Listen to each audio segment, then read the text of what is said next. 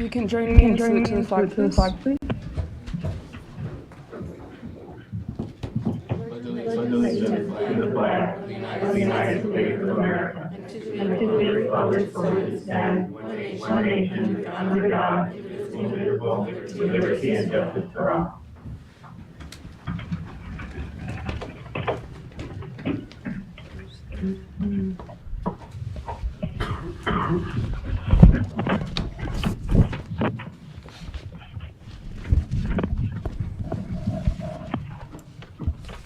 Can I get a roll call board? Ms. Dong. Ms. Dong? Here. Ms. Nunez. Ms. Nunez? Pero. Present. Mr. Taylor. Mr. Taylor? Present. Ms. Hernandez. Ms. Hernandez? Present. Thank you. Can I get approval of the agenda? We approve the agenda as submitted. Second. Roll call? Ms. Dong. Ms. Dong? Yes. Ms. Nunez. Ms. Nunez? Ms. Quintero. Ms. Quintero? Aye. Aye. Mr. Taylor. Mr. Taylor? Aye. Ms. Hernandez. Ms. Hernandez? Aye. And just as a reminder, if there's anyone else that wants to be part of the audience, that's all that we have, right? Okay. Governing board comments, Ms. Quintero. Hey. Hey. Hi, it's Flag Day. I'm so proud. I want to say congratulations to Elvira for being 60 years old this year. So happy birthday, Elvira. That's it. Mr. Taylor. None at this time. Ms. Dong. Not at this time, thank you. Ms. Nunez. Not at this time, thank you. And I don't have any comments. Can we get...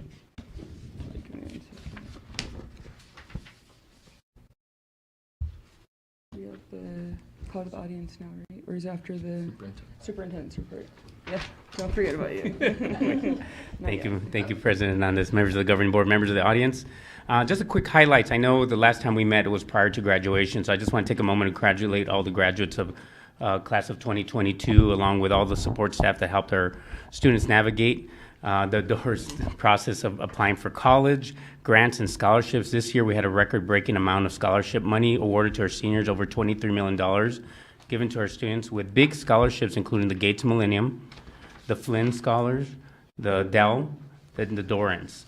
In addition, we have students like Jaime Rivera going to West Point on a full ride scholarship, and many other seniors moving across the nation to pursue wrestling, softball, soccer, baseball, and an Ivy League education over in Dartmouth. You might have heard our radio campaign, which aired across 3 local stations for 3 weeks to honor our seniors and promote enrollment. If you didn't catch it, here's a quick clip.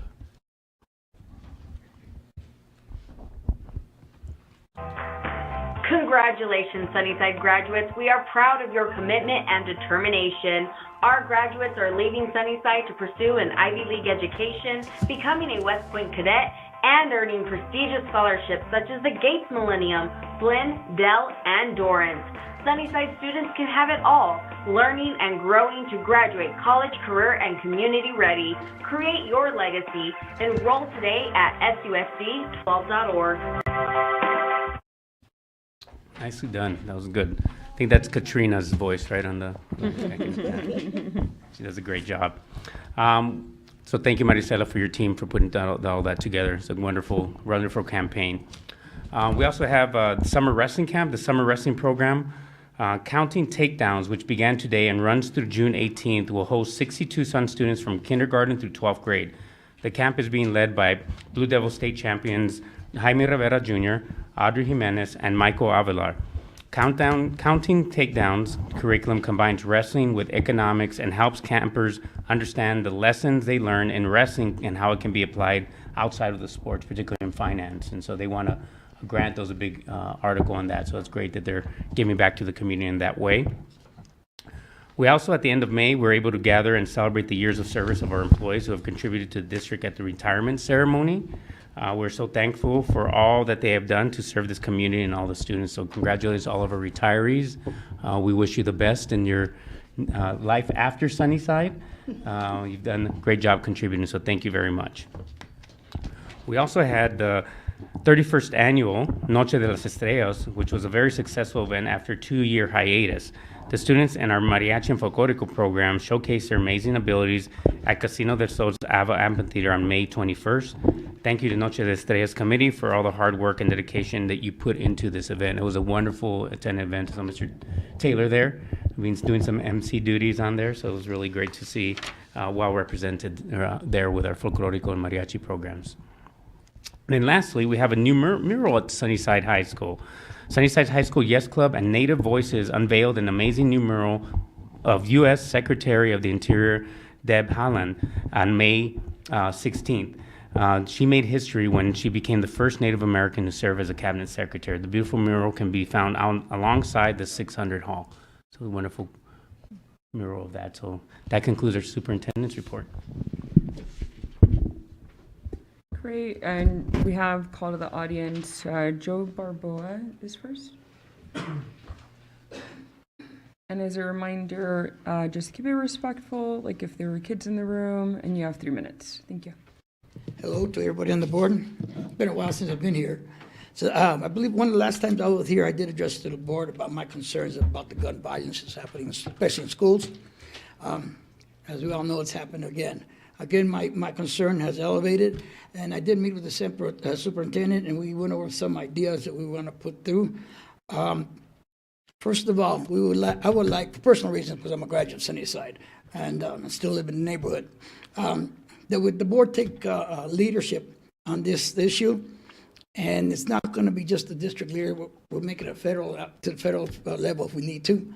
My personal goal is to do more effective gun control and gun laws, so we can go over more detail of that later.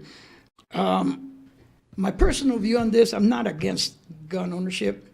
The only thing I'm against is actually the automatic weapons. I think that's the most problematic area we have. There's no need for hunting with them or against the law. It's against the law to do so. We would like to organize a town hall meeting, inviting members of the board to participate, not only there, but to participate in the town hall board that we have there. We will be inviting law enforcement and other leadership in the community as well. We hope to have that sometime in July before school starts. We would like to have a press release no later than the middle of July, just stating exactly what our intentions are and what we're looking to do. All actions will be approved by the superintendent before they're released to the public and then brought to the board. I'll be working with the district public relations office, and like I said, the board will be invited to everything, all events, and kept apprised of everything that's happening. Thank you.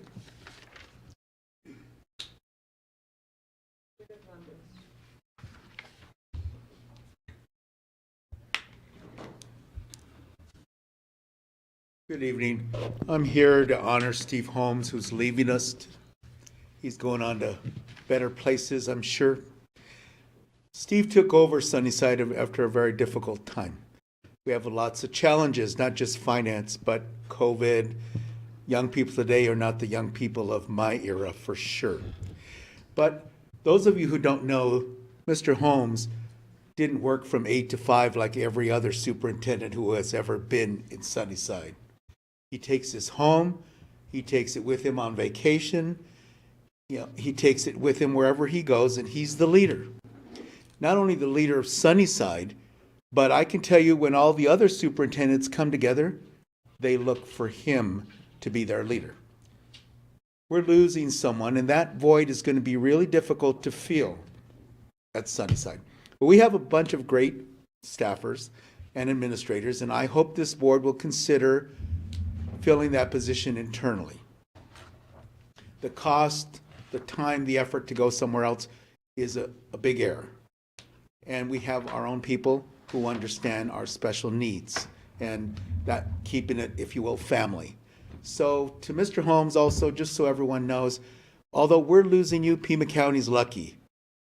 Your love for community and everyone, if you take that to Pima County, that's Oro Valley, that's Marana, you name it, whether Vail, South Tucson, that's all part of Pima County, right?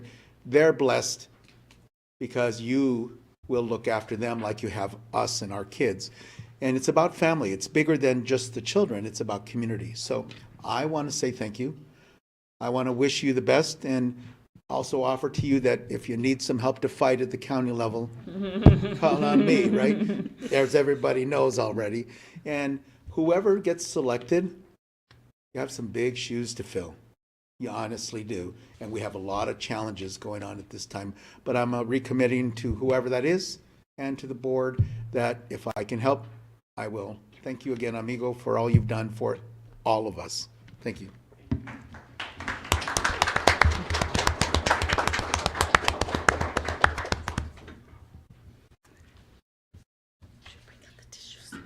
Andy Townsend.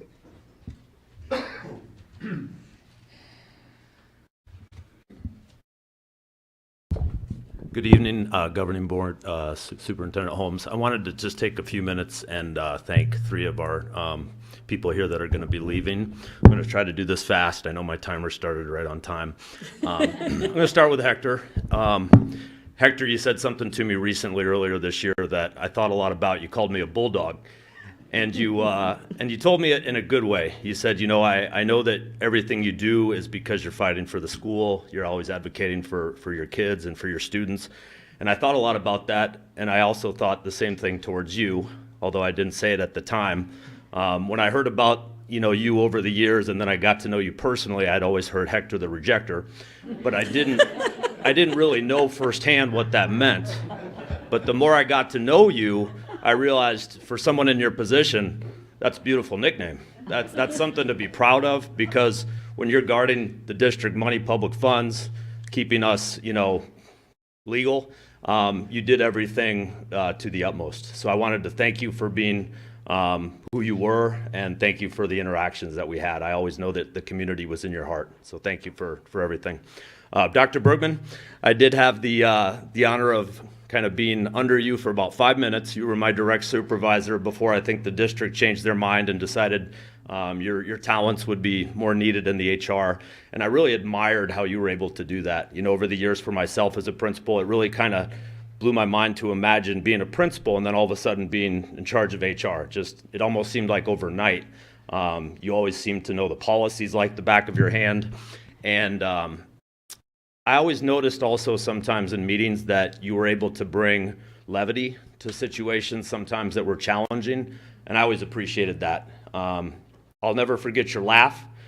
Sometimes you had some noises that I had never heard before, but they were always well timed, and I really appreciated them, and I think I speak for the other principals as well, that it was enjoyable, and we appreciated you. Mr. Holmes, 53 seconds isn't going to do it, so hopefully I can connect with you in July, but so much to say, and I think for our friend here, Mr. Hernandez, to advocate for you, that says a lot right there.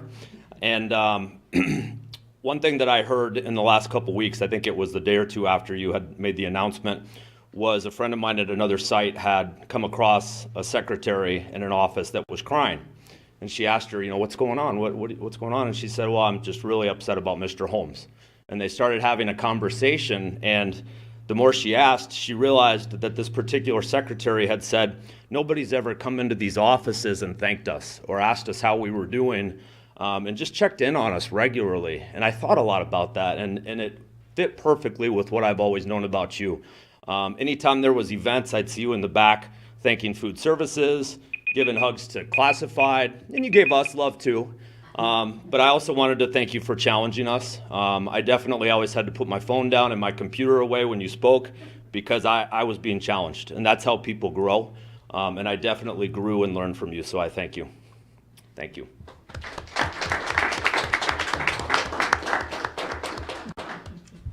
Speech?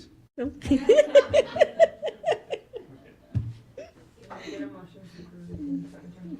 I move that we approve the consent agenda as submitted. Second. Ms. Dong? Yes. Ms. Nunez? Aye. Ms. Quintero? Aye. Mr. Taylor? Aye. Ms. Hernandez? Aye. Thank you. The first item is EL Education Partnership Presentation by Dr. Benton.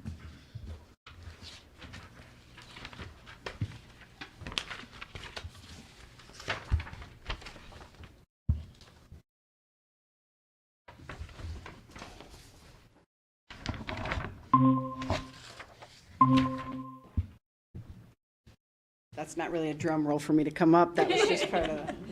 I'll just give a minute for our colleagues to join us. It's 10 o'clock where they're at in New York, so we're keeping them up right now. There we go. All right. President Hernandez, governing board members, Superintendent Holmes. Really excited to bring this item to you and have you virtually meet some of our partners in this work. EL education, we've talked about many times from this place, is it's our K-5 ELA curriculum. We've partnered with EL in the curriculum space for over 6 years. More recently, Ed Reports, which is an independent nonprofit that reviews K-12 curriculum for standards alignment and quality of curriculum, recently recognized the K-5 ELA program as the highest rated series ever. And so we really are fortunate to engage with them. I've said since we started with our work there, what I really appreciate about EL education is it's a partnership. It's not a vendor relationship, it's a partnership. And that has been really powerful to grow over the years. We have an opportunity that our EL colleagues brought us recently to engage in a partnership that's at a national level with other districts. And that's what they're here to talk about tonight, not the curriculum end of it as much, but this partnership that we have an opportunity to join them with. So what I'm going to do is introduce to you the team that we work with and hand it over to them, and then we'll open it up at the end for questions, comments. And so we have joining us tonight is Scott Hartle. He is the president and CEO of EL Education. Christina Brown is the chief partnership officer. And Shanta Lightfoot is the managing director of district partnerships. They have some other colleagues that are on our team that they'll introduce throughout this presentation, but I want to go ahead and hand it off to Scott, and he will start us out. So thank you all for joining us. Sam, thank you very, very much for that introduction. Could I just get a quick acknowledgement that you can hear me and that my volume is okay? You got it.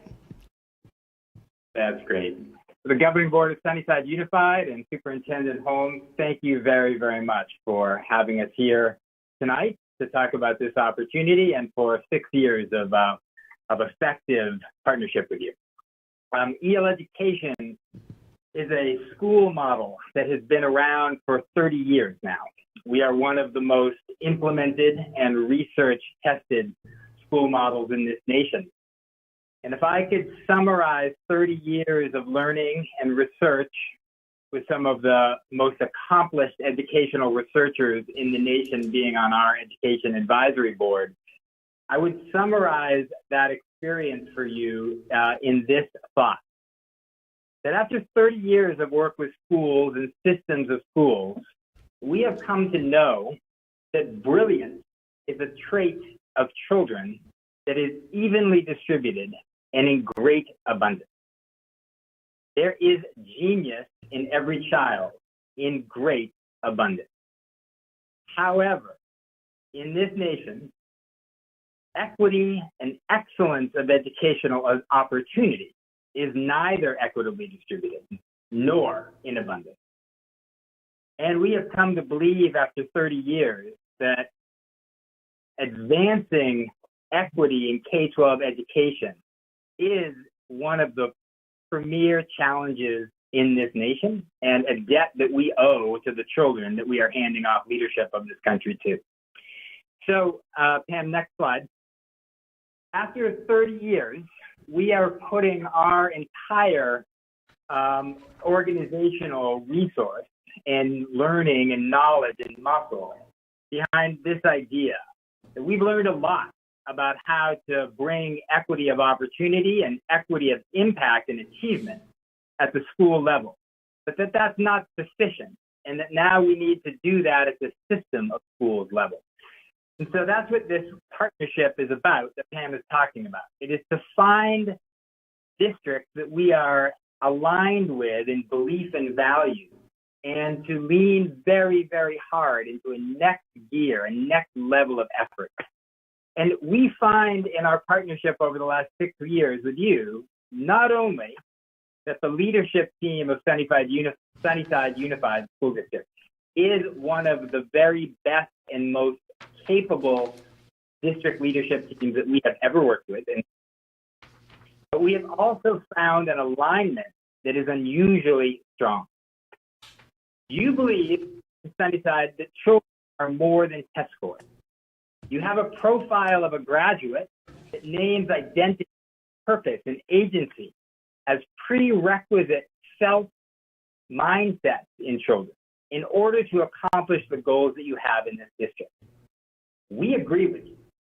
In fact, after 30 years, truly with some of the most accomplished educational researchers in mindsets in this nation, we have summarized the research to believe exactly what you believe, that identity and belonging and purpose and agency are critically and inextricably linked to academic achievement and the life outcome. We also believe children are more than test scores. Next slide. We come to this not only with belief, but with research. A recent study of the last 5 years has shown that children in EL education schools are more likely to report purpose and belonging in experience than non-EL education. And we asked a body impact research at the school level that shows that transformational gains for students and students measured more than, but in the quality of work that they can accomplish and the mindsets and the social emotional development that they can advance are possible at a transformational level in schools. And that now our entire strategic plan, based on finding partners that we can work with, to take all of this understanding, all of this built knowledge of what works for students and teachers in classrooms and schools and systems, and find a small set of system-level partners. Next slide, Pam. Where we can establish for the proof point system level. That's what we're here to talk about with you. That's what we see an opportunity of unusual magnitude and strength to partner with you over the next year to pursue these audacious but incredibly important goals for students and share that learning with the nation throughout the work that we do in all schools and to work with you to advance that goal. To talk about scale, I would like to introduce to you our Managing Director of District. Samantha, the floor is yours. Thank you, Scott. And hello to the governing board in Sunnyside. I bring you greetings from Raleigh, North Carolina. So happy to be with you tonight. Pam, if you'll take us forward one slide, I want to spend the first bit of my time, Pam, if you can take us forward one, talking about the team that is supporting Sunnyside, and they are also on this call. So I want to acknowledge them as well. The first being Antanya Johnson, who is the Director of District Partnerships, and she is turning on her camera and waving at you. I also want to introduce Wendy Hodgson, who is our Curriculum Support Specialist, and Wendy has been working diligently in the Sunnyside Partnership since its inception. And so we're happy to have Wendy along today. And then I'd like to add Jill Seavery to that warm welcome, who is our Director of Advancing Equity District Partnership. And so this is the team that will be supporting, alongside myself and Christina and Scott, supporting the deep work that we want to engage in Sunnyside. Pam, if you'll take us forward one slide, that'd be great. I want to talk a little bit high level about what we believe and all of that Scott has named as our work and what we believe as an organization. The question you may be wondering is, how are we going to do that? And what does that look like? And so we have some basic principles of what we believe to be truth in order to deliver on the impact promise that Scott spoke about. One of those is around our EL education resources. Sunnyside, as Pam alluded to at the beginning of this conversation, our curriculum is rated #1, and you have been utilizing our curriculum in K-5, and so we want to continue that work, continue of supporting the district in curriculum implementation. We also want to pair that with what we call internally core practices, but essentially our vision for schooling and what schooling should look like. And that is what Scott alluded to at the beginning of this when he named about our work that we have been doing for nearly 30 years in schools. We believe that if we pair that with some key strategies for quality implementation, and those key strategies for quality implementation are supports for district leaders. There are teacher and coach PD and professional learning that will support teachers to implement the curriculum and those core practices deeply and with intentionality. An opportunity for schools to identify problems and practices, the school and the district to identify problems and practice, and we work together with the schools and the district that we serve in order to come to some solutions and bring our best thought partnership to those conversations. Lastly, there's a creation of these demonstration sites, these opportunity place where we see quality implementation, and we want to invest in your local context to be able to understand the quality implementation we see there. What we believe is will lead us to excellent and equitable outcomes, particularly the learning conditions that we're looking at. So are we seeing changes in teacher practice? Are we seeing culturally responsive instruction? Are we also seeing that students have a higher level of student engagement in those classrooms? And if that is true, then we believe that will deliver on the 3 dimensions of student achievement, because we do truly believe that kids are more than just their test scores. Undergirding all of that is this idea of continuous improvement for equity and progress monitoring. So how are we looking specifically at the implementation of these key resources and strategies? How are we looking at subgroups of students in that? And how are we working together to come to solutions around those subgroups of students and how we support them and lean into teacher and student engagement? Pam, take me forward 1 slide, please.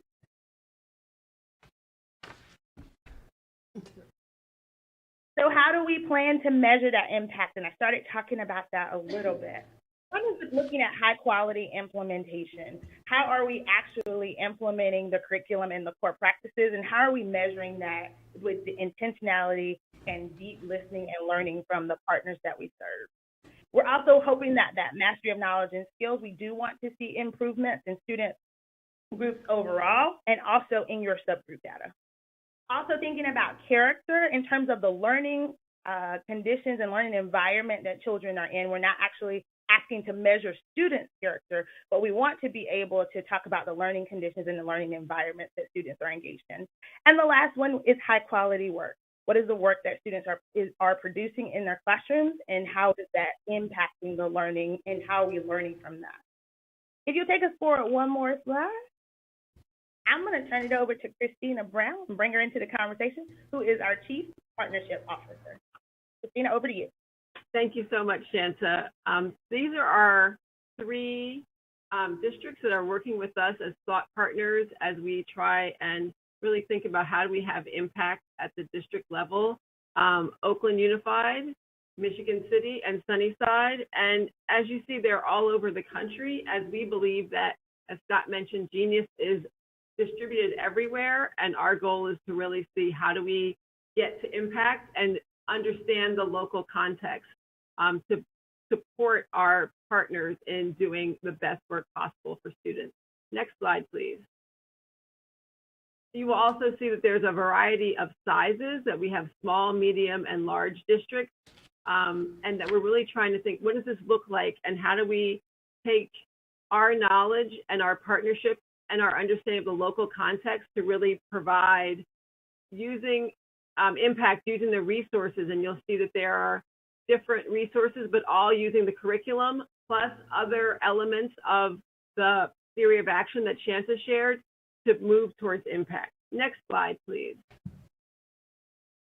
The district commitment. So what we've asked Sunnyside to do, as well as Oakland and Michigan City, as we think about what does it mean to get to scale this work, alignment to the EL strategy, 3-dimensional achievement, ELA curriculum and core practices, lab schools on a path to a credential, which is the way that EL certifies schools to say that these are schools that are meeting a high quality standard in all three dimensions. Engaging in continuous improvement for equity, robust measurement as we really try and understand how do we answer the measurement questions that it takes to provide a compelling case that three-dimensional student achievement is important, but also measurable and concrete so that all students can become more than a test score. And finally, something that Sunnyside has really engaged with us on is engagement and participation in Better World Day. Next slide, please. What are the EL education commitments? Strategic planning.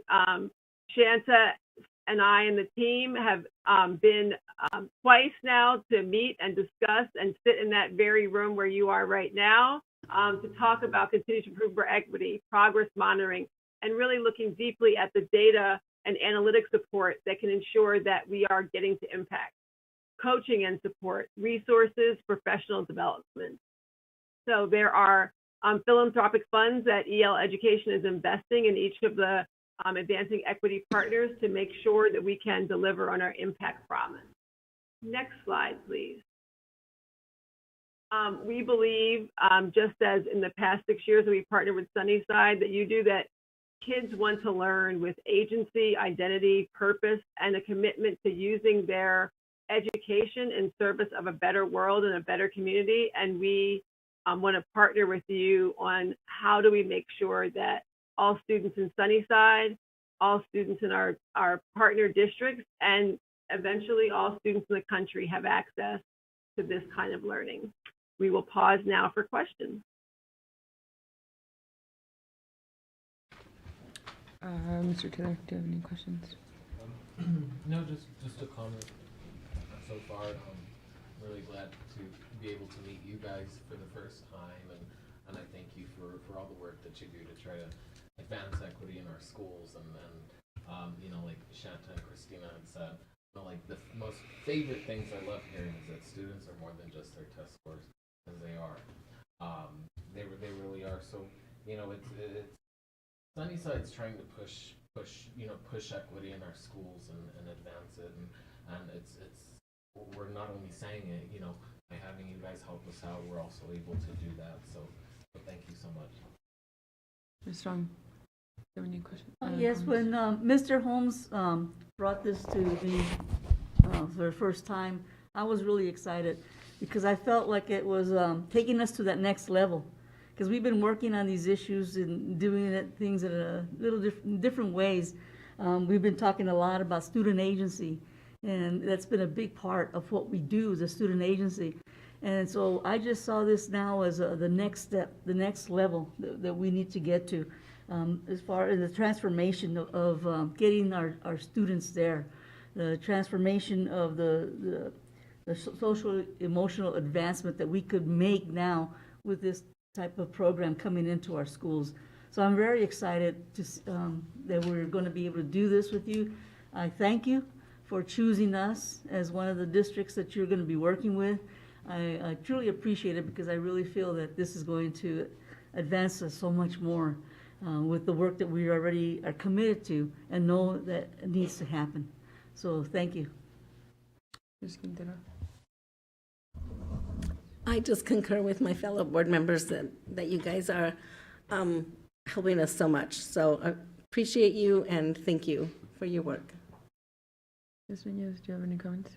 Just echoing what everybody else said, I'm very excited to have you working with us and just really looking at a child as a whole and not their test scores and really making it an unbiased, resistant process for learning. So I think that's so important, and thank you.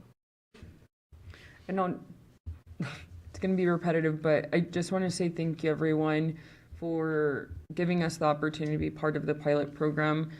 A lot of this work we've already, like has been mentioned, we've already been working on it in a different capacity, and as it was mentioned, it'll help us take us to a new level. What I'm really excited about is the information that you shared, that not only will our students benefit from this equity work, but also our staff and teachers will be able to grow as well through the professional development you'll be providing for us. So really excited about that. Thank you all for the opportunity.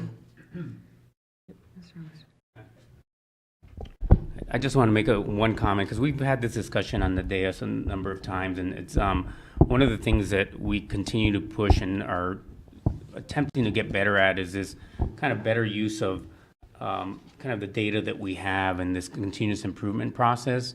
What I'm really excited about, independent of just the equity work, because I mean, these are leaders in that work, and to be part of this commitment with them, I think I feel honored personally just that they've chosen us. But equally important is it's important for us to also get back to looking at ways in which we can do better with the data, particularly around literacy. I know Carmen's been discussing this a lot with us as we come back off of this pandemic, right? And we're trying to catch students up and making sure that we're doing the right work.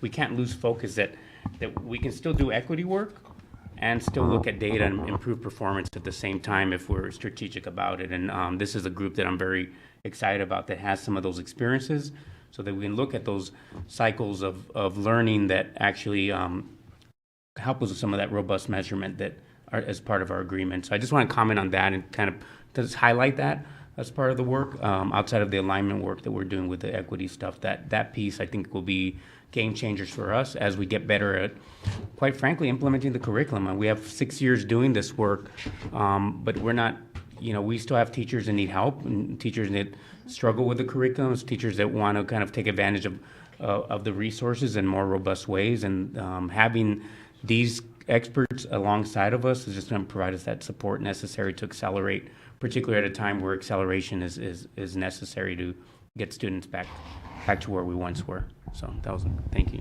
Mr. Holmes, I just want to add on to that. One of the other really exciting pieces of this partnership is helping us address a need around middle schoolers that has been challenging. And part of that they mentioned is this program called CREW, and it really speaks to identity, agency, and purpose in the language of EL, but really around developing those skill sets. And we, as part of this work, we get to be part of a pilot for CREW. And our middle schools are working right now to determine how much or how little or where they want to implement that. But that comes with support and training. And it just really, we could share that with you at some point, but that curriculum around CREW, particularly with that population of kids that is always tricky to figure out. We're really excited about the potential that's there, and working with the middle school principals and really finding a way that we seed that. And then after we get out of the pilot year, really figuring out how do we really make that grow. So that, just wanted to add that extra. They talked about it, but it's a piece that really excites us because middle school's a challenge. I just have one quick question. I don't know who could answer this, but as far as implementation part, who all is involved with that process? As far as the implementation, like on our staff from our end. So the implementation, so Carmen Castro has a team, her literacy team, but it also includes our coaches, our leaders, at the elementary level, our elementary principals, ABSS coaches, the teachers that are in the curriculum. In fact, Wendy was here last week, and even in summer school, they were walking the classrooms together, looking at that, giving that feedback, those pieces. Then with the middle school piece, the implementation team will be coaching support from EL, and depending on how the site determines they want to move into the pilot, their teachers will get direct support as well as the leadership. So the implementation for us looks slightly different. Anything I need to add to that, Carmen? It looks slightly different depending on the site, the way they're, in the middle school, the way they're implementing it. But as far as the elementary, it's teachers, coaches, and leadership support, and then our team. Gotcha. And to follow up with that, if there were any teachers or assistant teachers who wanted to take part in the implementation process, would they be able to, or how does that work? If there are any teachers that what? Sorry. If there's any teachers or assistant teachers that would like to be part of the process, have a voice at the table during the implementation process of how it'll be rolled out at the school, would they be able to do so? Absolutely. Okay. We have also a new Beth Blackstone is joining us as Tammy Bauschka retired as our new literacy program specialist. She's coming from a regent coaching position at Los Niños, so she has really recent sort of deep knowledge in where teachers struggle. And there are things we need to adjust and work with and continue to do that. So there's some structures they have, different cadres in place, District Wednesdays. So always looking for more opportunities for them to have those conversations at the district level. I think a lift for us is if they're not comfortable talking out that way, then how can we lean in and maybe at the site or use their coach, or different ways to sort of address what those are. And a lot of it we've learned over the years is around misconceptions. And so having that chance to have face-to-face conversations and really work through and talk through is helpful. So yes, Carmen's team predominantly, Beth Blackstone in particular for that age group will be really kind of figuring out what those opportunities look like and how we need to refine them as we go. Great, thank you. Is there any questions from the board? Mr. Oh, wait, Ms. Nunez. If I forget. And related to the crew thing, when the teachers get to pick, are they picking it? Is it going to be like a built-in, like an elective class, or is it like a once-a-month thing? Is it? It's a great question, right? For our crew team. So I'll answer it, and then if you guys need to chime in at all, because I say something wrong, please do. We're talking about crew and the implementation. So in the pilot, the curriculum is designed so it's not lockstep. Like you have the ability to move around within it. It is optimized at a 30-minute, minimum of a 30-minute block of time. We are looking for the pilot to do 3 times a week is the minimum piece, depending on the way sites are doing it. Just because we're in the beginning stages with the conversation, Mr. Cotter's not here tonight, but we already have spoken with him around Challenger has made a decision to go all in.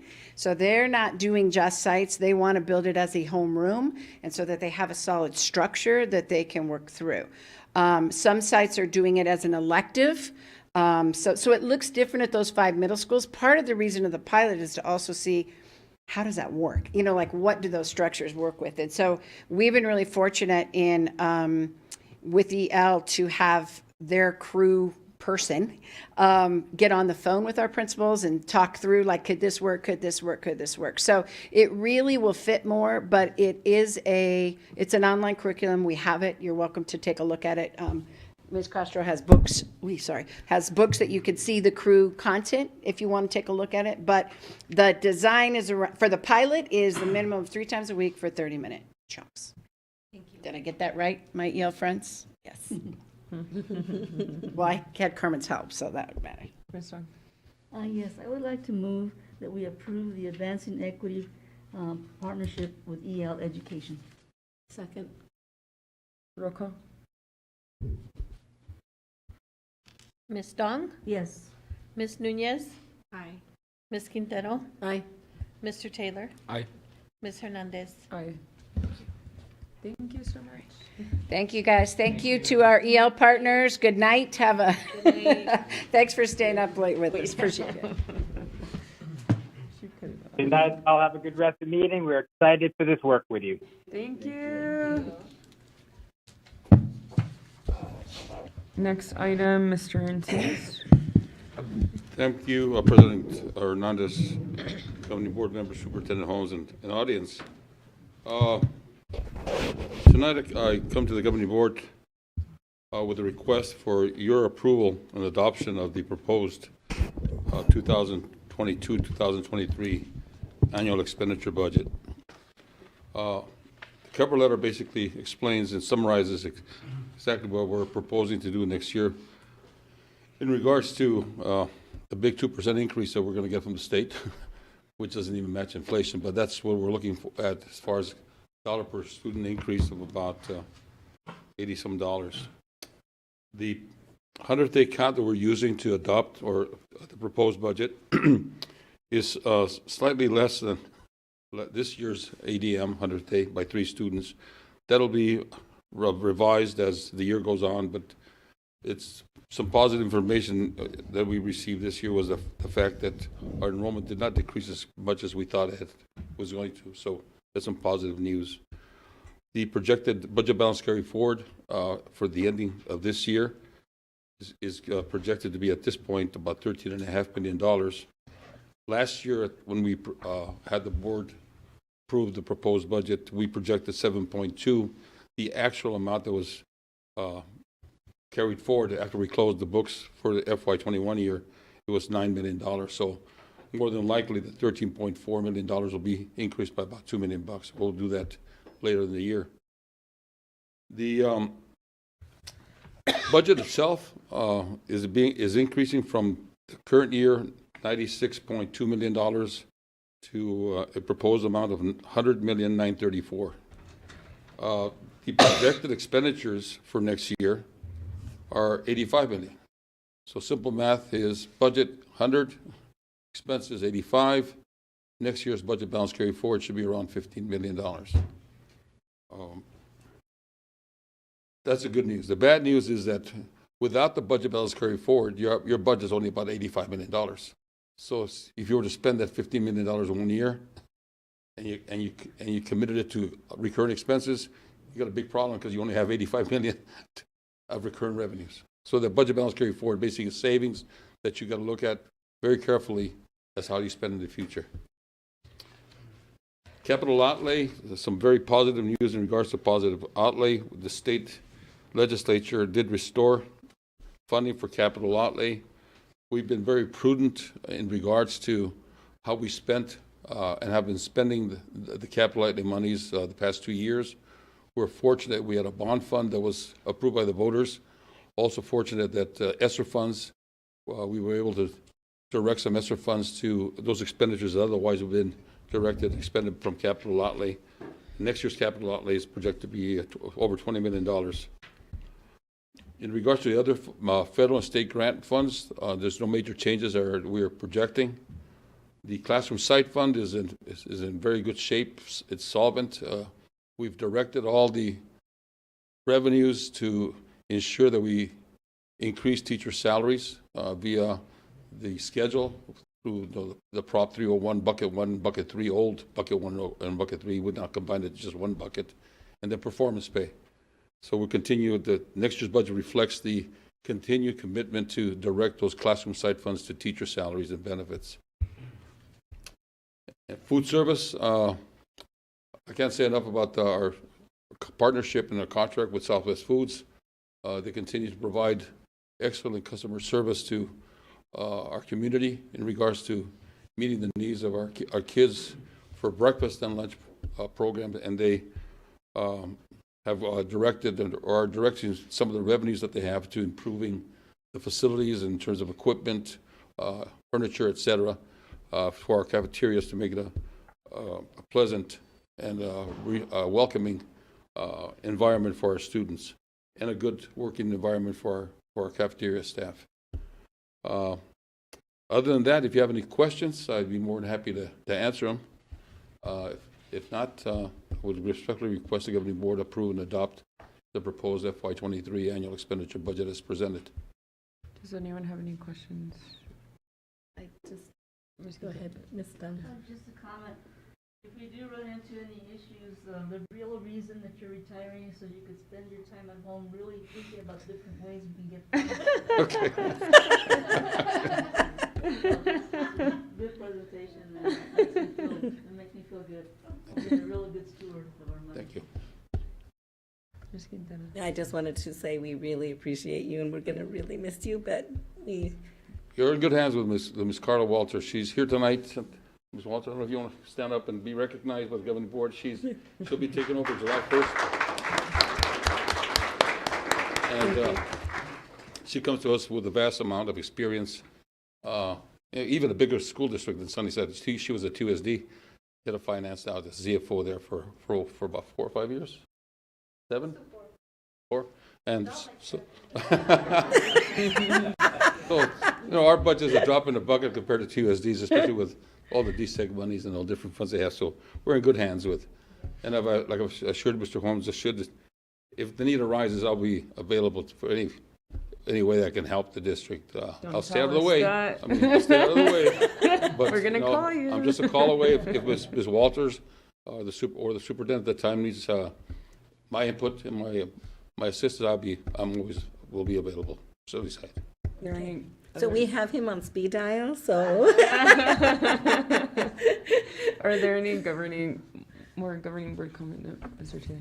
It's going to be weird knowing that I can't call him at 8 in the morning, like I did this morning, to ask him if he thought this was a crazy idea, or if this is, you know. So it's gonna be real weird. He's definitely the the firm hand, you know, when you've got crazy board members, you know. So thank you, Mr. Encinas, for everything that you've done, you know, in the short time that I've been here. And you'll come back if we mess it up, right? You won't. And I'll just also echo what's already been said. We're really going to miss you here, and you've committed so many years of your life here to Sunnyside, and you really helped prepare us for not today, but also for the future. And you were always readily available for any of our calls and texts or emails at any time. So we won't forget that, and we appreciate all the service that you gave us. Welcome. Thank you. Yeah. I'd like to go ahead and move that we adopt the fiscal year 2022-23 proposed annual expenditure budget as presented. Second. Roll call. Ms. Dawn? Yes. Ms. Nunez? Aye. Ms. Quintero? Aye. Mr. Taylor? Aye. Ms. Hernandez? Aye. Thank you. Thank you. And now we have Ms. Batten again, equitable grading.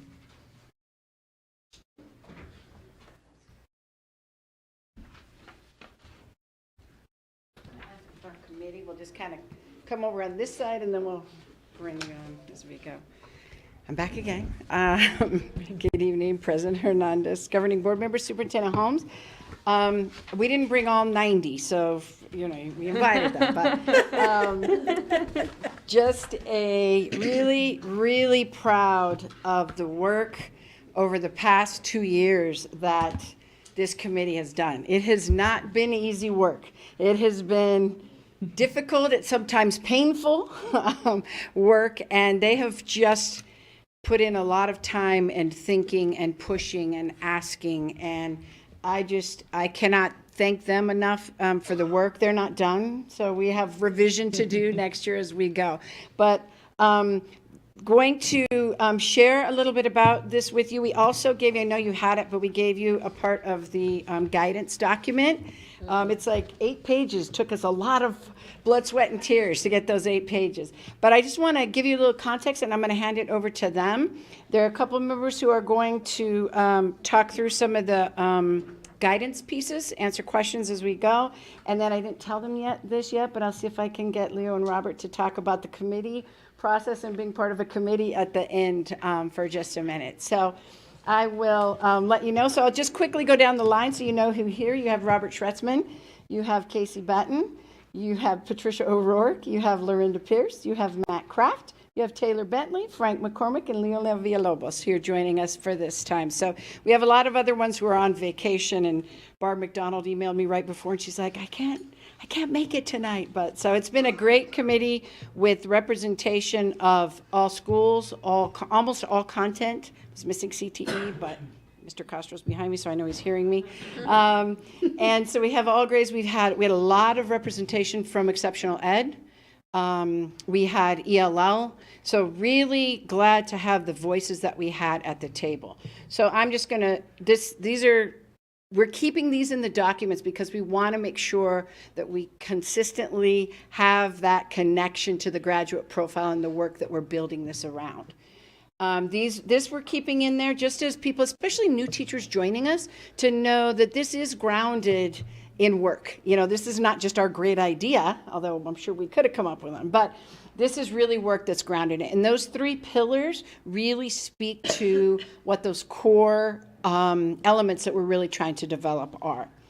So before I hand it over to them, this is just the secondary. So we have a K-12 committee. It's about 100 members.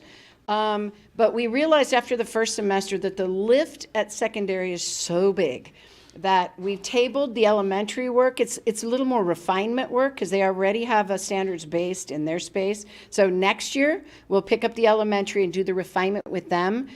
So what you have tonight before you is the secondary recommendations that are moving forward. I have to tell you, they met every month, and then in April and May, they met every week with us after school. late into the evening. And then we had a smaller steering committee of teachers that we needed really to help work with IT and thinking about what does this look like in the grade book and some of those pieces. Students, we had great conversations. Student advisory, I have tons of posters in my office if you ever want them. They're out. I don't know I could build a log cabin. There's so many with them. And some of the teachers, in fact, some of the teachers here, had conversations with their kids where they gave them some of Feldman's work or other articles, and the kids responded to that. Just their input and their things that they had to say, just so valuable to this. The parents we didn't come to a district place. The sites, middle school and high school, offered a time in there. A lot of them were their cafecitos or places like that, where they had question pieces that parents could come talk about, look at those pieces. I will tell you, they were not really highly attended. We did not advertise them district-wide. When we get to the very end, we're going to talk about communication moving forward, so we'll circle that back around. Teachers and leaders, we spent a lot of time with site leaders reviewing these documents. These I think there were like 30 drafts of this, getting feedback. We ask that all site leaders have at least one minimum focus time near I believe it's early May, of getting information from teachers showing them feedback conversations around what that was. Then near the end of school, the steering committee, AKA at that point, really Frank McCormick, thank you, Frank, helped us offer some virtual office hours, of which we had a handful of teachers who came in to get online and really just no agenda, just talk about it, ask about it. What are your questions? A lot of the questions by that time were, how does this look in my grade book? How does this look in Power School? And so Frank is going to speak to that just a little bit later. But just to kind of give you, it feels like more than that, I know. But those are just bullets of highlights of the work. This is really the elevator speech. This is really the nutshell of what this work is about for this 22-23 school year. The parameters define the boundary. And when you think of the boundary like as a field, all different ways of playing, different plays on the field, different things can happen. What's out of bounds is going up on the stands and playing, right? So we're trying to have these conversations around these guidance documents where there is a loose tight to them and where teachers have space to experiment and try different things and have those conversations. So these are the big pieces that are coming out of this that you're going to hear about: the 4 to 0 grading scale based on a common rubric, multiple opportunities for students to demonstrate understanding, the work habits in which we've now more formally named personal responsibility, which is not in their GPA. So really, this bottom bolded statement is what we're really trying to do, is how do we make grades really about learning? And how do we really bring kids as partners into that? So what we're going to do is I am going to have, we are going to go ahead and just, the document that is going to pull up is this document here. And Mr. Kraft, I'm going to have him come and facilitate. And he is going to have just a couple of our committee members talk through these. You guys we can ask questions as we go or wherever you want to put them in. All right? Thank you for this opportunity to come and to bring this work to you. It's been as already been iterated, it's been a challenging, fun, and enlightening dialogue around equitable grading and what's right for our students and what's the proper way to grade their learning. So at this time, I'm not going to pull any, we're going to go right to it. I'm going to have different people from the Equitable Grading Committee come up and speak to different parts and pieces of it. So we're going to start with Ms. Patty O'Rourke from Sunnyside High School. And should we go to the scroll for a little bit? Scroll one more. Scroll. Can we zoom in a little bit? No. For those that can't see. Wait, myself. do one of these. Oh, right, okay. So, good evening, board members and Superintendent Holmes. So like we've said, one of the driving questions that we've really focused on was, what do grades represent? And so, there's a lot of answers to that, but, scholarships in the end, such like that. But really it comes down to, it's supposed to represent, what do our students know? What level do our students know? And So in order to really focus on pushing our students to learn rather than just to get the points, we are looking at changing to a grading scale of 0 to 4, a rubric scale, rather than having a percentage.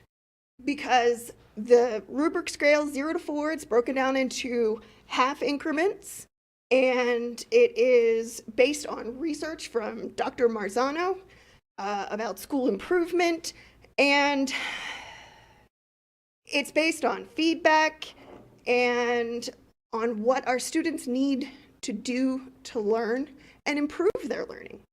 And knowing what level they're at, that descriptor will tell them, where are you? What do you still, where you have to get to? And so on our rubric scale here, we have 4 levels. Well, I guess technically 5 if you're going to count 0. But we have our levels of learning. Our highest level is a 4 at it, and that is like the highest you can go. You are ready. You are extending your learning. A level 3 is our target goal for our students. That would be like the proficient, or they've consolidated the learning. And then a level 2 is developing. They are getting there. They've kind of got a good understanding, but they're kind of getting there. And then a level 1 is that they've got some beginning, needs more help. And 0, it's not a 0, it's just a lack of evidence or insufficient evidence. So our rubric scale is, the great thing about this, we pulled this and developed it from using Marzano's research. So it is research-based. And that it's great because it can be applied across subject levels, across assignments. It can be tailored down into very specific learning targets on a daily basis, but also for a whole unit. So the one important thing that we always have to make sure then in talking with each other is that the 0 to 4, we don't confuse it with the 0 to 4 GPA scale. That is 2 separate things, because the grading scale, the 0 to 4 rubric scale, is just going to speak to where is each student on that particular learning, as opposed to the GPA is totally separate. That's about points or about their credits and such. One thing you can see is that on the document, we have the 2 to 4. If a student's in a 2 to 4 range, we consider that to be passing, although a 1.5 or above will attain credit. So there is still room for different levels of learning. So I have a quick question. Yes. So does the rubric scale and GPA like simultaneously count their, like, does it go together in some way that they're like averaging out between both, or are they just separate components completely? Inside Power School, they'll speak to that also a little bit later, but inside Power School, the teachers are only going to give, this is basically just going to replace a percentage. Like if a student hands in an assignment, you're going to, instead of grading it, oh, you got a 65%. No, I think you're on a 2.0. You are at that level of, you're just getting there. We have a little bit more we need to learn, but it's not, it's replacing that grading system. We are going to get rid of percentages. Got it. Yeah. Thank you. Any other questions? Anyone else have any Okay. questions so far? No, please continue. Okay. I think that's it. Who's next? You're going to facilitate. Okay. Up next, to discuss multiple opportunities, Ms. Casey Benton from Desert View. Good evening. I talk really loud, so hopefully I don't deafen all of you in here with this microphone. So to kind of echo what my colleague just said, as we move to a learning progression style and away from percentile, what we're really doing is giving students more specific feedback on where they are in their learning. And as we know, learning cannot happen without mistake, and it cannot happen without failure. And so I wanted to talk about what it means to have multiple opportunities to demonstrate learning. So often, as students progress, they run into some standards or learning targets that they might find to be more complex or harder to reach, and they might not be proficient at their first attempt to try to meet this learning target or to be proficient at a certain standard. So one of the aspects that we have really thought a lot about in our discussions about grading is providing students with multiple opportunities to demonstrate learning. So what this means is that if a student is unable to be proficient at a standard or a learning target in their first attempt, that they are afforded another attempt at it. This doesn't have to be an overly strict method. We don't have to create like a lot of boundaries on how this happens and what constitutes another attempt. We want to keep teachers' autonomies intact when we talk about this. So that can take different shapes. It can be redoing an assignment directly. It can be offering an alternative assignment. It can be asking a student to just work on a part of an assignment that they struggled with and not have to do the whole thing over. It can be in discussions with students. It can be through collaboration. It can be through project-based learning, inquiry, et cetera, et cetera. It doesn't have to just be redo this assignment directly as you did it the first time. And then the time frames that this exists in is just within the grading period. So in your curriculum, you might have a standard that comes up multiple times within the same semester. And so you don't even necessarily have to offer them the redo in that initial attempt. If the standard repeats again in 3 weeks and you want to see if the student can be more proficient at that time, maybe there's additional instruction that happens then, it can be remeasured at that point. Additionally, this is something that is available to all students. It is not just students who have a struggling grade, if we think about it in that kind of traditional way. The reason that we decided that this was important is if we think back to the pillars that they showed at the beginning, 2 of the pillars are about motivation and about accuracy. And so we think that this is a more accurate way to assess student learning because we all know that sometimes the first time we try something is not the best time that we do it. And also, it gives students a sense of purpose. Why should I do this again? Because maybe I'll do better on it as I move forward. So I think that's mostly a short speech about that, if you have any questions. I have one before we go forward. The no extra credit. Extra credit has been like a staple of like middle and high school for a very long time. So it'll be interesting to kind of see us move away from that. And you know, like you said, you know, it'll be a lot easier to really assess a student's understanding and knowledge and learning, right? Yeah. Rather than having a student whose grade, you know, heavily relied on extra credit. Absolutely. This will be awesome. Yeah, we really tried to dismantle this idea that grades like a banking system and that we're just accruing points to buy the grade that we would like. And so getting rid of extra credit was necessary and kind of dismantling that thought that you just accrue points and that they're irrelevant to the actual learning that's taking place in class. I have a comment. I really like how, to add to that, you're replacing like supplemental learning because that's like if you don't get something the first time, like some people see it some way, some people see it another way. So that's really important. I am excited that that's happening because, like you said, it'll really instill that understanding rather than just getting the points. So that's super awesome. I just know that, you know, I don't learn anything the first time. I have to do it a different way to understand it. So I'm glad that you'll be able to do that with our students. Yeah, and we really want to think of that is in a super organic way. Like it doesn't have to be like this kind of stricture that we put on students and teachers to say, well, if you get below a 2, you have to retake everything.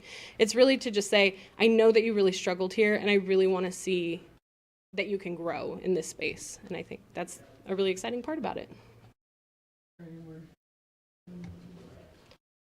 I'll just echo what's already been said. This is super exciting, and I appreciate all the work that you all put in to help with bring all the ideas together and bounce ideas off of each other. I know it took a lot of commitment to meet so often and exhausting after this work, I'm sure. But I'm really excited because the idea is to have our students leave here with comprehension, not just the letter grade that was supplemented by extra credit. Mm-hmm. Not everyone, but Mm-hmm. it happens a lot. So thank you. I'm excited. Yeah, thank you. Okay, I get to tackle the role of the zero. Hope that's not a poignant statement. But I think it's one of the most, I don't know, what's the word I'm looking for? It's controversial. Let's go with it. Because, we see the zero in the grade book. I mean, when you see it, it means something. It's a very big pull on the grade. It's a very big deal to the kids when we were doing it. And when we got rid of the zero last year as for a part of the 50 to 100 scale, it really changed and put like our whole system on its head. And it really threw our teachers for a loop in the conversations around, well, how do I hold kids accountable? How do I do these different pieces? And we started to really challenge the concept of how they utilize grades and what really means when we talk about a kid's learning. Like, is this a true representation? Is this grade a true reflection of the kid's learning? And then how do you know? And that conversation begins. So as we talk about the role of the zero, it really just comes down to the common understanding of how we're going to message it and how we're using it. So we're using it as the student's evidence is missing. So only using a zero now in the 0 to 4 scale is absence of learning. No evidence to show a student learning. That does not include even minute pieces of information that a teacher may gather.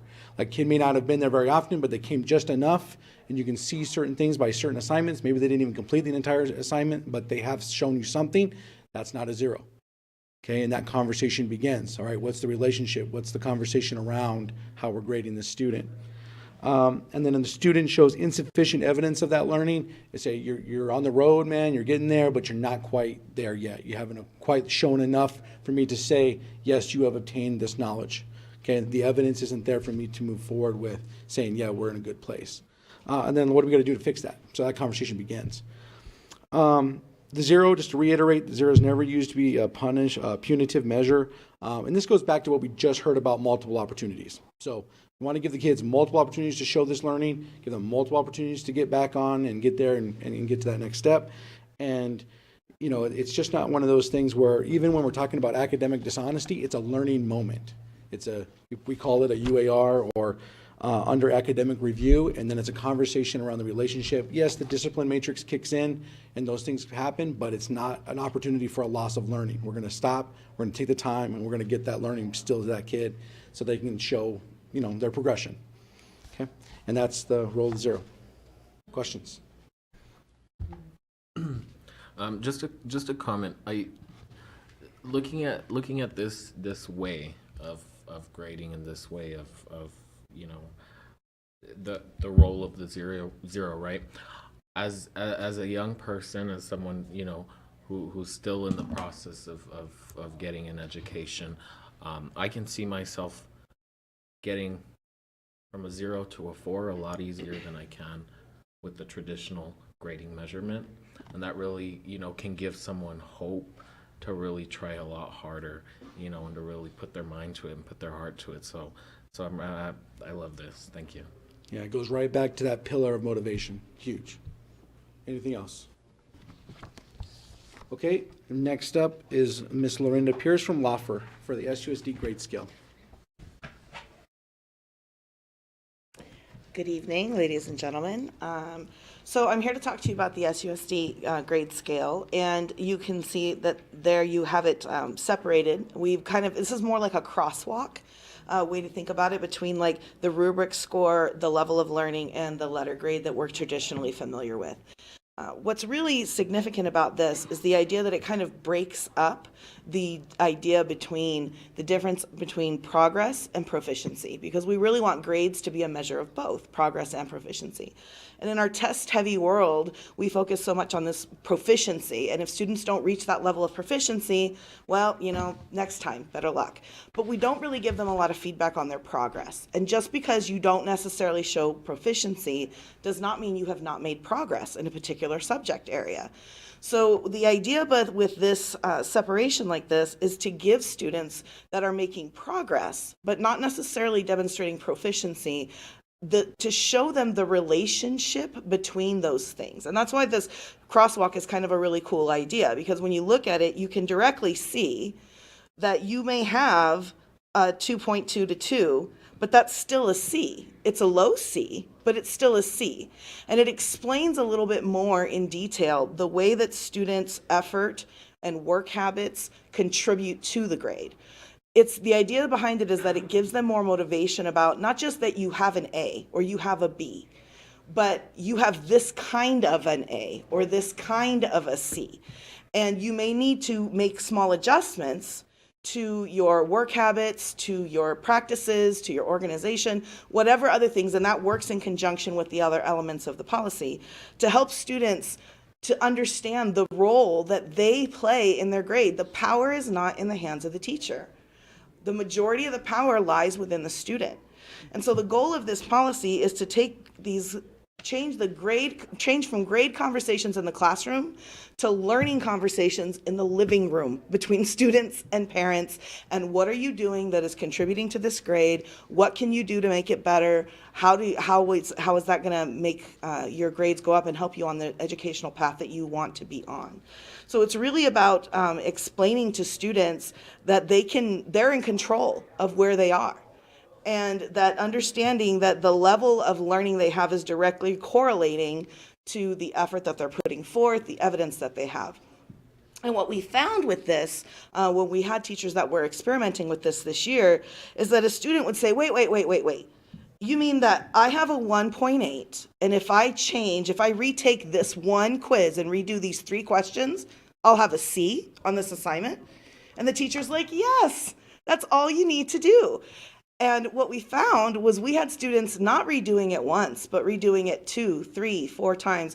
We had an English teacher who stopped me in the hallway and she said, for the first time in my life, I had students begging me to do a revision, to turn in another draft. She's had kids that turned in 6 drafts of essays because they wanted to get that 4, because they saw, I only need to do this to get to that next level. It changed everything. It helped students, Mr. Croft was talking about, we had more students that were academically eligible. So we had more students that were able to participate in extracurricular activities. We had more students that had incentive and saw potential within themselves. And they started to see the power that they held. And so we really feel that this relationship, being able to show students what this looks like and the role that personal responsibility and effort and all these skills, the relationship between those 3 things will give them the power to control their own academic journey. So that's really what this is about. Thank you. Oh, sorry. Is there any questions? Just a comment. I just wanted to say again, thank you, because I know we started talking about this a while ago. We're like, how are we going to do this? What are we going to figure out? And I know this is like so much logistics that's put into this. And it's so digestible. And I'm really excited for the youth. Like you said, they can see that grade easier and it makes that intrinsic buy-in more feasible for them. So I'm really excited. Thank you. So on the side of like the families, they're gonna see this as a letter grade. Yes. Correct. Okay. Correct. They will see it as a letter grade. Well, they'll see it as both, to be honest. They'll see it in the grade book as a rubric score. And then when they get a report card at the end of the year, then that's probably that's correct. They're going to show you more of that. So the teachers will understand, the students will get a letter grade. That's like when we were talking about GPA, they're related, but they're not connected. So they're still going to get an A, a B, a C, or a D, but the parents will have a better idea because they'll have seen the grade book, they'll have seen the report cards where teachers have the feedback and they're looking at all this. They'll have a better sense of what that grade means than just it's an A or it's a B. And the thing is it gives students both a false sense of security, because like sometimes parents will see that a kid has a C and they think, oh, he's doing all right, no problem. But there may really be some serious problems, because if that C is only a 2.1, then there are still some issues that may need to be addressed. So this is about giving parents more information about the kind of learning experience their student is having and the real level that students are performing at. You can have an A or a B, but not fully comprehend the Exactly. Exactly. And the idea is that, you know, the days of just turning in work, like you turned something in so you got points, that's not going to fly anymore because it's going to be graded on a rubric. So it's not going to be about, it's going to have to fall on a certain level. So just that you turned it in, I'm done with that assignment. Okay, you turned it in, but it's not finished, or you didn't answer the question or whatever, so this is insufficient. You're going to get credit. You're not going to get a 0, but it's not going to be giving me the measurement that you really want to give me. So that's going to be up to the student then to determine. There's going to be kids who are going to be okay with getting a C. And that needs to be all right, because there needs to be opportunities where kids decide, you know, I have football practice, I have a date Saturday night, whatever the situation is, and they need to be able to make those calls about where they want to fall on that journey. So this gives them the power to do those things. I just want to say that that's so exciting to hear of what was going on in the classrooms, because from my perspective, I was just excited that we were even shifting the mindset that we've had for decades. And when there was initial conversations around the 50%, that was pretty controversial. Oh, yes. And I'm sure you all heard it. Oh, yes. But it's so great to hear that the students themselves are trying. I mean, they're taking responsibility themselves, because I think that was pretty much the main argument that I heard was the students are not going to take responsibility if they're getting 50%. They're going to stop trying. Right. And I heard that from parents, teachers, from both sides. But now that it's such a mind game to know that just because we're shifting mindset, right? So just because we move from the 0 to 50 or 50 to whatever it was, now to a different rubric, now it's different. So I'm just like, this is. And to speak to that process, it was definitely not easy. I think anybody on the equity committee, we were persona non grata on campus for quite some time. Teachers were so, this is not going to work. You guys are crazy. This is unbelievable. I can't believe. And as it started to not only work, but really work for teachers, we had teachers that dropped their failure rates by like 70% in some cases. We had teachers that literally, I had a teacher that called me on the phone at home at 9:30 at night and said, "You're not going to believe this, but I have no Fs. I have no Fs." She says, "For the first time in 26 years, I have no Fs." And that was a huge thing for her, because it helped her to understand, like, kids are making progress. You know, so it was validating for the teachers. It was validating for the students. And we have teachers that were fighting us when we first started talking to them about this, that were the biggest people against this, that are saying, "I can't wait for next year because I want to see what this is going to look like at the next phase." So it was worth it. Being called names and dodging things in the parking lot. But yeah, so in the end, I think that, you know, most of the teachers that we work with have definitely seen positive results from this. That's great. Thank you. Thank you very much. Okay, to cover the personal responsibility matrix is Mr. Taylor Bentley from Sunnyside High School.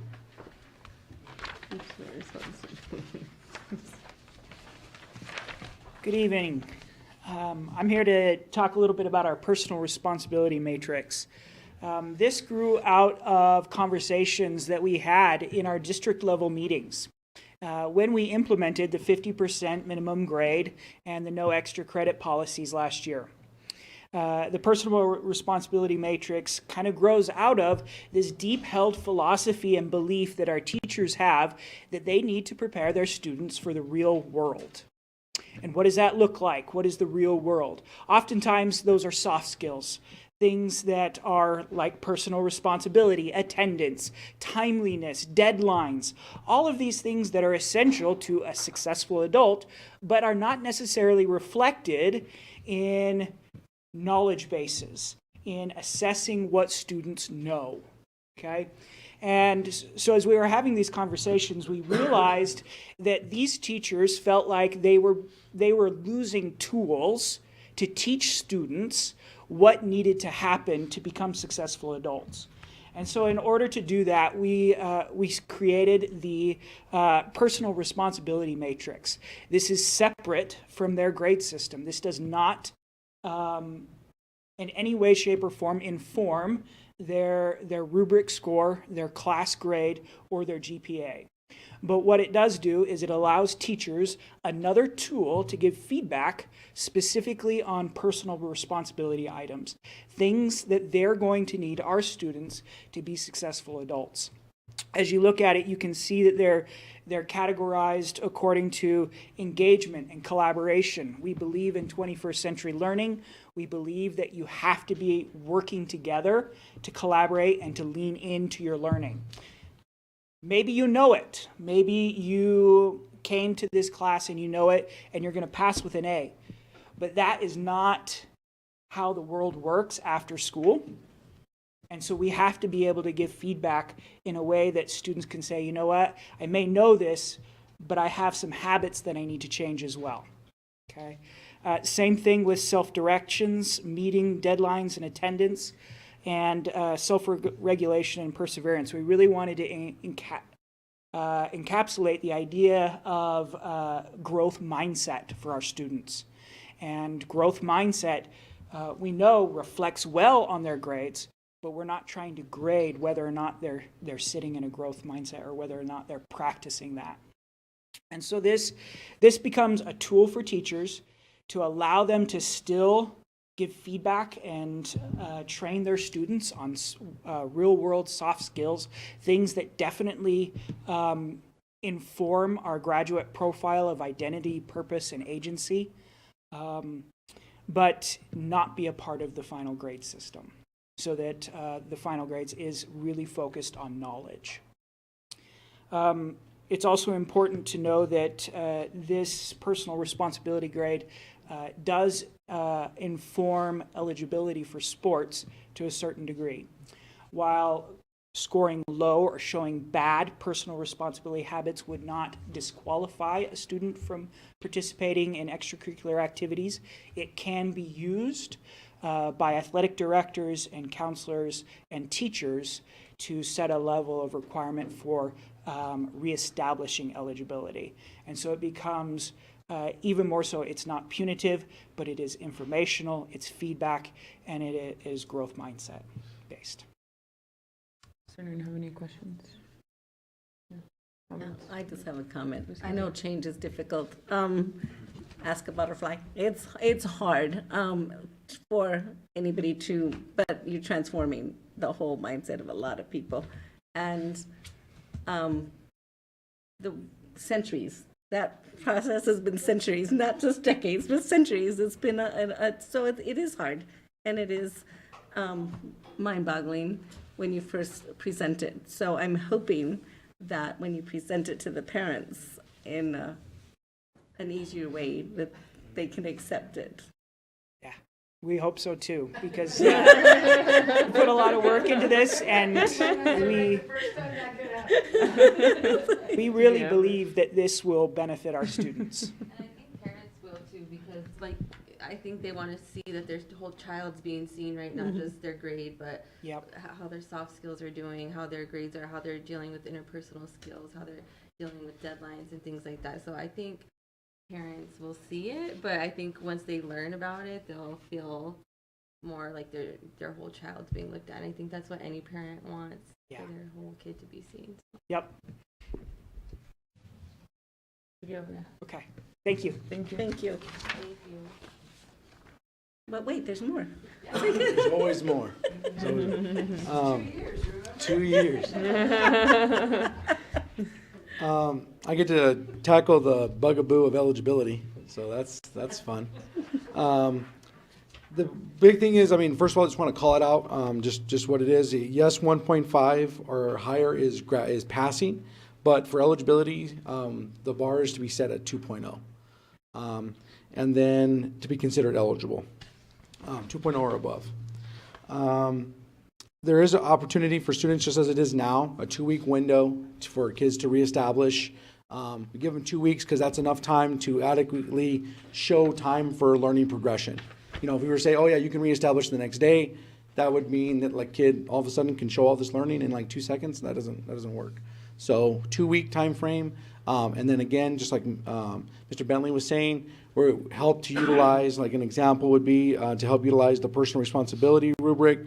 Would be like a kid who shows a 2.0, growth to 2.0, but also could show no N's and no U's on their personal behavior or personal responsibility rubric, to help, just show a pattern of progression towards better learning practices. Any questions on eligibility, because it can get muddy? Does anyone have any questions? No? So 2.0 would be a C, right? Yes. Okay. Yes. Because we are going to go to letter grade at this point. When we're talking about the rubric now, it's not just the grading scale, it's moved all the way across the board to A through F scale. I like it. Yes. Question on the eligibility. I think someone mentioned it depends on whoever's seeing these grades, right? They also determine if they can set the standards, correct? Or is that what I understood? They can set, okay, let's go back to, I think you're referring to multiple opportunities. Okay. Where the teacher can establish how many opportunities the kid has to show that learning growth, that if it's a spiral back conversation, like say I know I'm going to hit that standard again in a week, then what happens if eligibility hits that week beforehand? It's that the teachers would still have the leeway and the knowledge base to say, okay, I know you're going to pull a grade here, but I'm going to say it's okay because I'm going to reestablish that grade in 2 weeks. I'm going to recheck that knowledge base in 2 weeks. That kind of situation. I just want to clarify, because I think also what President Nana is referring to is the personal responsibility piece. Sure. Because right now you can be at 2.0, right, established as being able to play, but if you're in the N or U across the board, a coach can say, you know what, you have a 2.0, but you're not playing because you cannot get it together in your classroom, right? That's the flexibility, right? Yes. That's what I was. Still up to the coach to dictate playing time. Gotcha. Absolutely. Okay, thank you. You're not eligible because your behaviors in the class are not matching up with your progression as expectations on the team. Gotcha. And this would also include clubs, activities, those sorts of things, not classes for a grade. So like your mariachis, your folkloricos, those would not be impacted based on this eligibility. Gotcha. I don't know if there's any questions or Mr. Taylor. Ms. Hernandez, I'd like to. No, I don't think. I think there's one more wrap up on this bed. Oh my gosh. How embarrassing. That's all right. We I don't know. have- Just for the record, I did warn Mr. Holmes. I said, okay, this can be long. Just real quick on the communication piece. This is the challenging part, right? This is the part where we're also be on a learning progression of where we get it right, where we get it wrong. The best way we're going to learn this is by doing it. And when we find out that the messages there's still confusion, then we message again. So, but on here, I'm not going to go over it in detail, but the piece I do want to talk about is Mr. Baca and I and Marisela will be working with our webmaster, is that his cool name? Because like if you ever go to Deer Valley Unified, they have recently moved to this, and their web page around this is excellent for parents. It has categories. It does as an FAQ. So we're modeling after that. We've been gathering from our own FAQs around that. Here's going to be the big change around this. It's not going to be district presenting, because this is about sites. It's not about district owning. It's really our work in July familiarizing our leadership teams, because when it comes time to pre-service, they're going to be the ones working with their teachers. So we have to develop that level of confidence, because when a parent calls, they're not calling me, they're calling the school. So we're really making that shift. In addition to that, it's also working, Mr. Gastelum is helping me think through a lot of opportunities for students to understand this in those first 2 weeks of schools and advisory. What does this mean? What does this look like? Trust me, from our conversations with them already, they will get this in a second. But we'll learn and grow as we communicate this. And it's complicated, and it's hard to be in that change when you grew up in something else. Right. And so I expect that. We expect pushback. We expect some trepidation around that piece. So you have it in front of you, but just know those are some of the big pieces that we're looking at, is to try and do it in more than one way. So it's not just a meeting. If I bring parents to a meeting, I have 5% of the parents maybe, and they're usually the choir, who are coming, so it's really, how could we figure this out in different ways that we have those conversations and we get to that refinement place. So the kids have a student handbook, correct? Yes. That they all get, and they all have to sign that they've read it.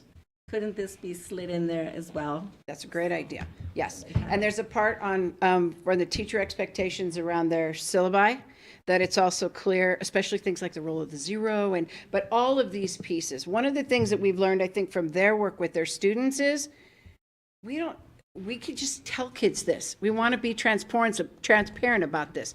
We don't need to, we can just tell them. They will understand and they will help us learn through that. So yes, it's a great idea, and building it into those pieces. Ms. Dong? I just want to say, this is the end of We're not done yet. We're still not done. We're still not done. This was great. This was great, the presentation. It shows, once again, this whole evening has shown that we're taking it to the next level. We're taking our district to the next level over and over and over again. You all presented extremely well, and, it all makes sense. What you're doing and what you try to do, it all makes sense. The student agency all becomes a big part of this. And, everything that we've been hearing tonight just shows that we're going to the next level and the next level. And even to the point where you all understood that you couldn't do it all. That you had to wait until next year to do the primary grades. And I really appreciate that. I appreciate that you didn't try to just jam it all together, because they're a whole different, group of kids. They're different. And so you're going to be able to do, I'm sure, some amazing things with theirs, but you might need to just tweak it here and there. And I appreciate you taking that time to understand that, we can't just do this and say, okay, we got to have a deadline, so we got to do it all. But you realize that you had a deadline, but you could only do this much. And you poured your heart into that much. And you look at what you came up with. It's fantastic. So thank you so much, for also doing that, for understanding that this was critical, was important, and it wasn't something to rush through. And so now next year, we're going to be able to see you working on the primary grades and knowing that the secondaries are going forward. So thank you so very much for all of your work, all of you, and the other 90 that were on this. I really, truly appreciate all your time. And I know it was done through your hearts, because this was hard work, and yet you came and you came and you came to make sure that it was done properly. Thank you. Mr. Taylor. Yeah. Mr. Holmes, is it too late for me to come back as a student? I thought you were going to say as a teacher, I was going to say sign up right now. You're always welcome. This is super awesome, and I wish this was, something, that we had, This is just awesome, and I can't tell you how many of my relationships have ended because we couldn't come to a consensus on where to eat. You guys were able to really hash this out, right, over a very long period of time, and come to a consensus on what an amazing equitable grading policy looks like. And this is it, for Sunnyside. It took a lot to come to terms with. We could always improve with our grading practices, and this is it. And I'm just so excited. There've been a lot of awesome things that in my year and a half on the board I've been able to vote on. This is by far one of the best. So I'm sorry for cutting you off. I want to get to the point, and you guys know how I feel. I know. The only thing I would like Frank to just real quick kind of give you a view of what this looks like for teachers, for parents, for students. So you guys okay with that? You can hang on for a minute more? Okay, Mr. McCormick. More endings in the Lord of the Rings movie, right? I was like, That was so embarrassing. It's okay. always with the timely pop cultural references, me, right? So as Ms. Quintero pointed out earlier, change is hard, right? So our mission with setting up the grade book and Power School system was to really support teachers and parents in a transition to all the things that you guys have just heard about in a way that's as seamless and easy for them to manage as possible. Right? So what we did is we really focused on trying to build into the existing grade book these practices and that have been discussed in a way that's not alienating for teachers, that looks very similar to what they're already used to doing. Right? So, for example, in creating assignments in the grade book, it's almost exactly what teachers are currently doing with a couple of exceptions. The only real exception is the score type that they're going to be using now is not going to be points or percentages. It's going to be that rubric scale 0 to 4, right? The teacher still has the option within the grade book to place a higher emphasis or value on particular assignments. So if your default score is 10 points for a normal everyday class assignment, but the teacher says, okay, but this next assignment represents a lot more work and time and effort, so I want to make this worth more in terms of the final grade calculation.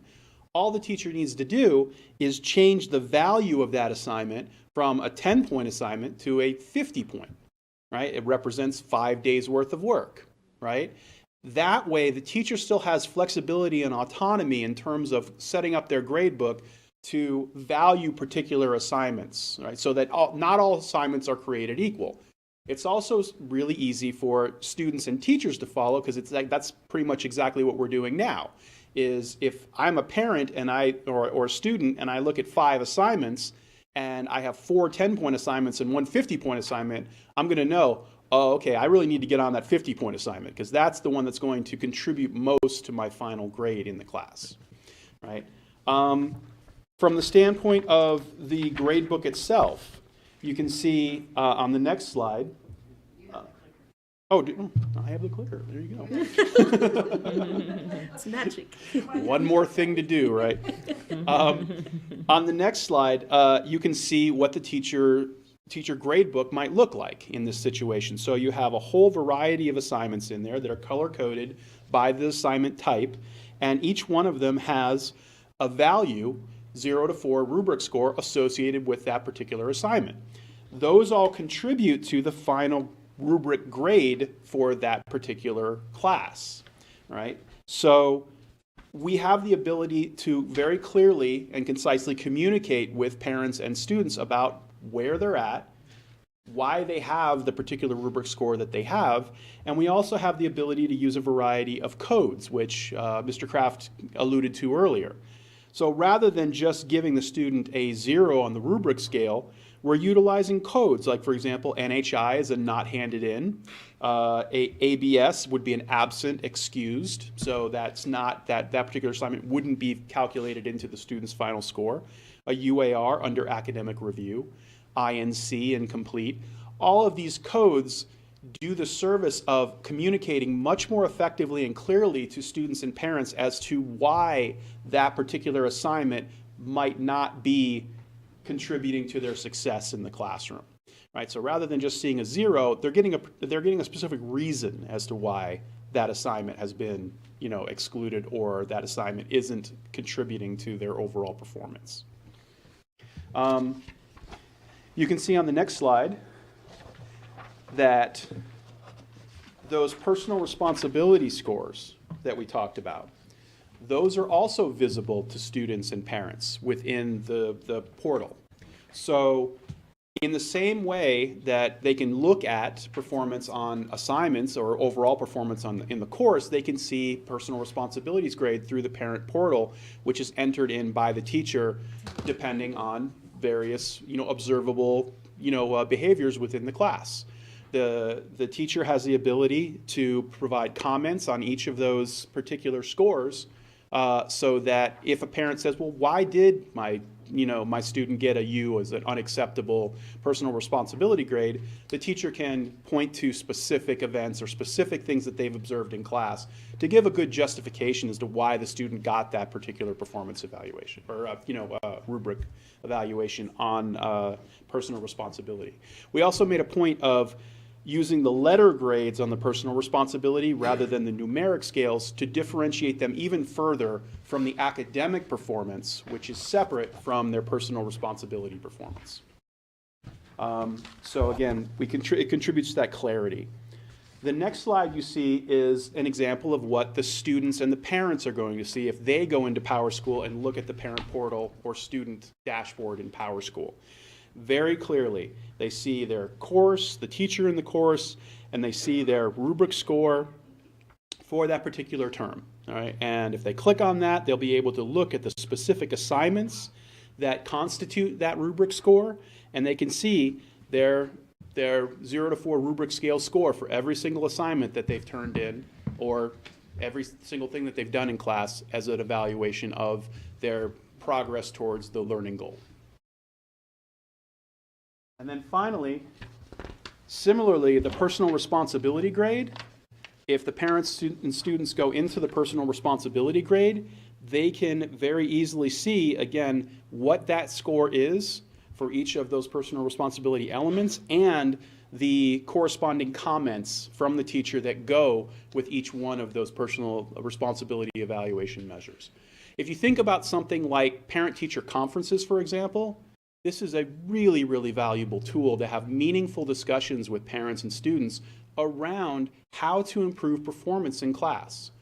How does a student move their learning forward? Well, one of the ways is paying attention to these personal responsibility measures.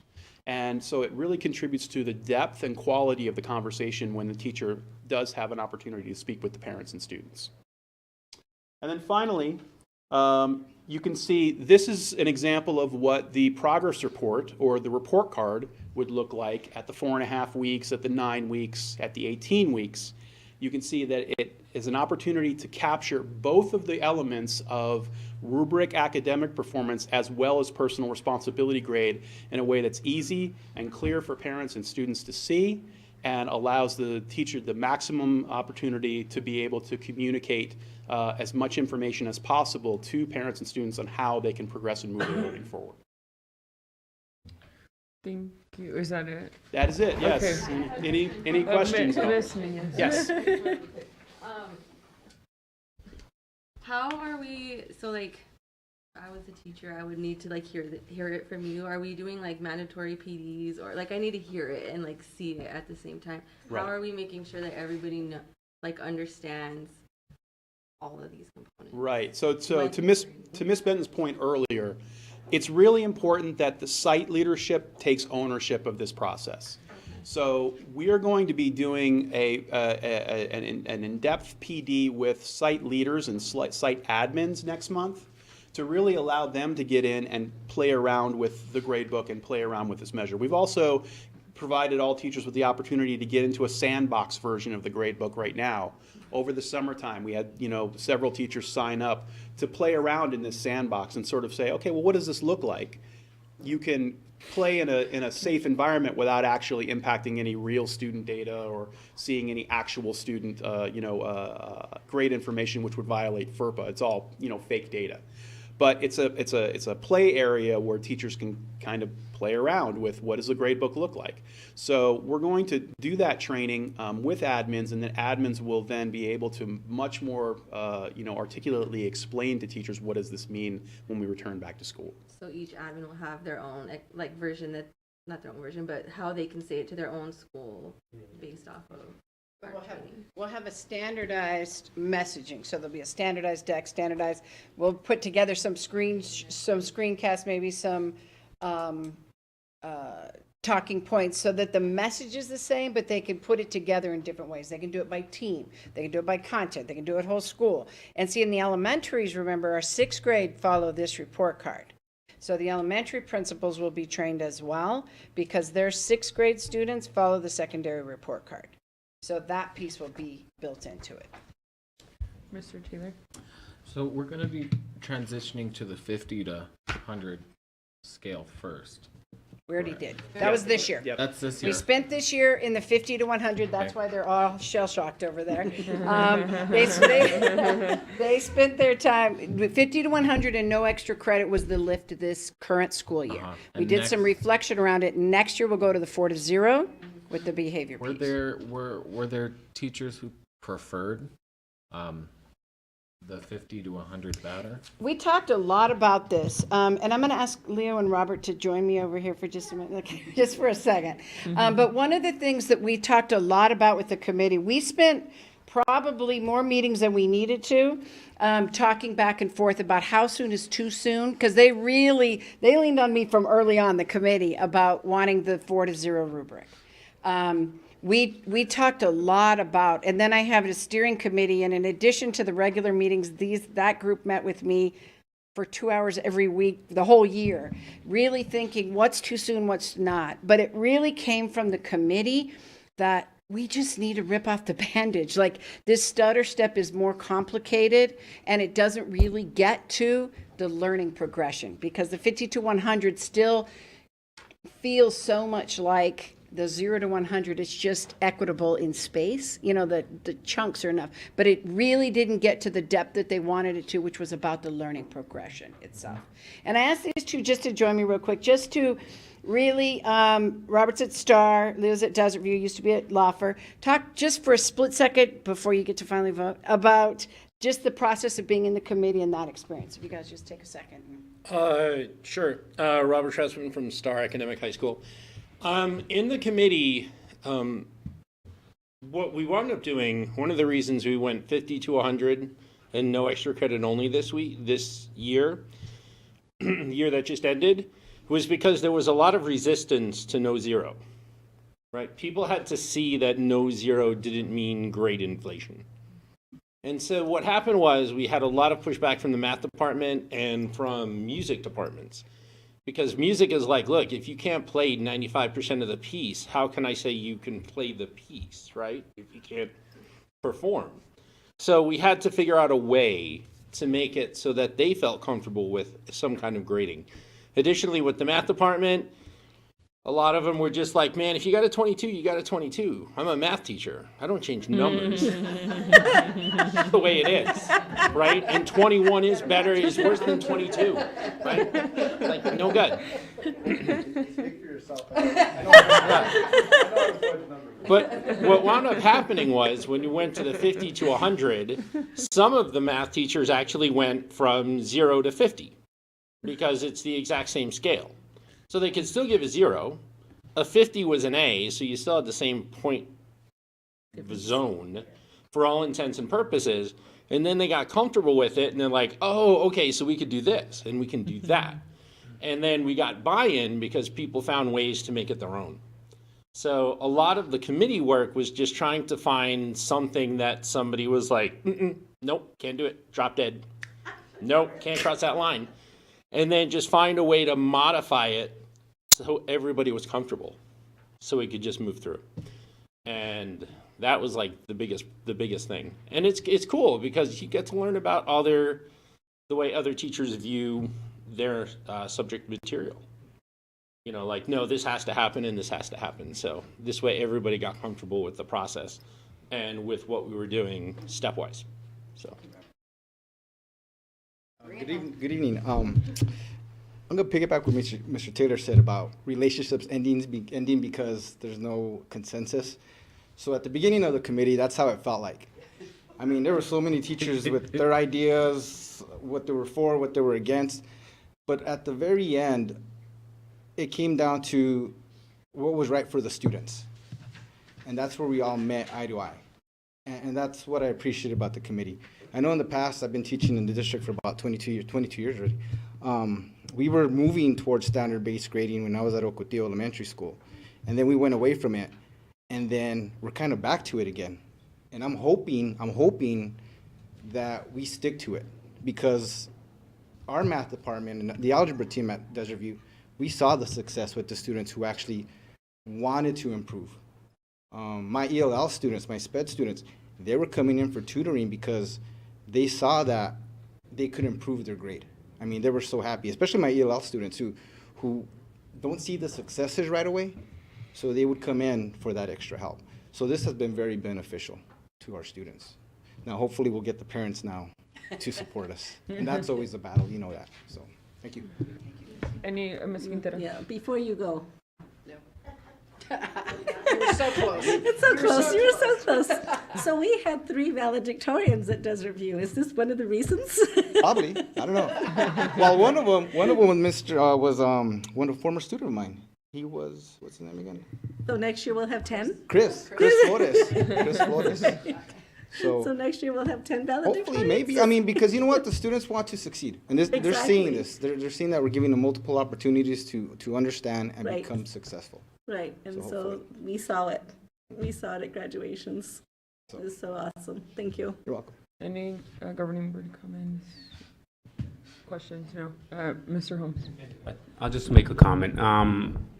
Hopefully this is a testament. Now, just for the record, not everyone's 100% aboard, right? You break consensus. You have outliers, and people have strong beliefs about stuff. And what I appreciate is we are setting, as we said, the boundaries, right, of what we expect, and with tonight's vote, that's going to be the boundaries. There's still autonomy within those boundaries, right? There is great flexibility in the way that right now we're envisioning it is that by departments, they start looking, like as a department, we agree on how we're going to allow students to kind of make up work or come in and redo assignments and those types of things. So there's still flexibility within this that I think honors the autonomy that we really want to give teachers, but we've set some pretty strong boundaries of what we believe in that's on benefit, to benefit students. I'd like to just end by saying, I mean, this group of educators you see here just are a good reflection of the 90 that really participated and had really tough conversations, and we have been in the face of a big shift. But as you can tell in how they articulate the work, we have the best educators here. I mean, there's no doubt about the work that they do and the quality, and I'm very proud of the work that's been accomplished. And with that, really hope that you move forward with a recommendation to move forward with the. I'll make one last comment before we end. I just wanted to say thank you to Ms. Benton and Mr. Holmes, because this is something that really shocked everyone. And everyone that's been a part of the committee have lived through it for the past 2 years. But just believing that we could do better and knowing that you would get backlash from everyone, and still wanting to help bring something in the district that you believe and that's backed by research that we know works. That was a risk that you both took on, and brought other people with you all to be part of the process, made it very inclusive, that I'm really proud that we could say that, and not other districts can say that. So appreciate you all that were a part of it, and thank you to the leaders that brought it forward. Thank you. Thank you. I will just put it up here for you to see it. That group of steering committee, they endured lots and lots and lots of long conversations, and really just agonizing over decisions and stuff. So I appreciate those words, and I cannot echo enough. It's just humbling to work with such great teachers who want to do what's right for kids, even though it's the hard thing, and that matters. That matters greatly.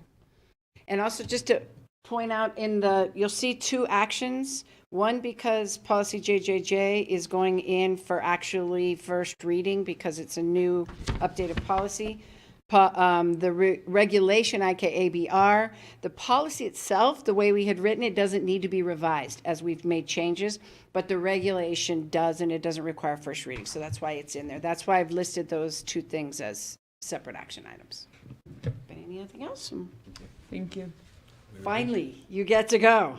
Can we get a motion to approve? Ms. Hernandez, I'd like to move that we approve the recommendations for secondary equitable grading practices and reporting, as well as the first read policy JJJ and regulation IKAB-R as presented. Second. Roll call. Ms. Dong? Yes. Ms. Nunez? Aye. Ms. Quintero? Aye. Mr. Taylor? Aye. Ms. Hernandez? Aye. Thank you. Thank you. For letting me have that very long for Mr. Holmes last time meeting like this, to let me go past my 10 minutes. He's gonna miss you.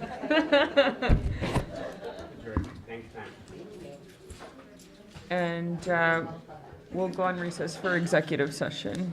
I'd like to go ahead and make a motion. Yep, can we get a motion? I'd like to move that we move into personnel executive session pursuant to ARS 38-431.03A1 and legal advice executive session pursuant to ARS 38-431.03A3. Second. Roll call. Ms. Dong? Yes. Ms. Nunez? Aye. Ms. Quintero? Aye. Mr. Taylor? Aye. Ms. Hernandez? Aye. And we'll be back. Yeah, it's gonna be a while. Grab something to drink.